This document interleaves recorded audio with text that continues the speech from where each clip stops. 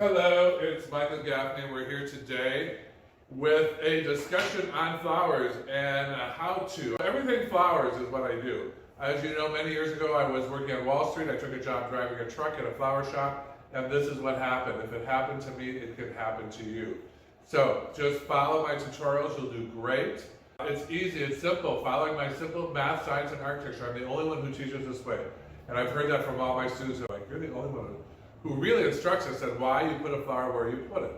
It's not magic creativity. It's called math, science, and architecture. Using principles of design to create something that when people look at it, they go, oh my God, it's so beautiful, Michael. And that's what I teach in my class around the country. I hope you join us at one of our classes, either online or in studio. I appear on many television shows, the Hallmark Channel, the Today Show, and you can watch, pick up tips there. But I'm telling you, this is the point of this video. There is no reason your flowers should last at least 2 weeks, and you should be able to produce gorgeous flowers around your house. I guarantee it. Flowerschool101.com.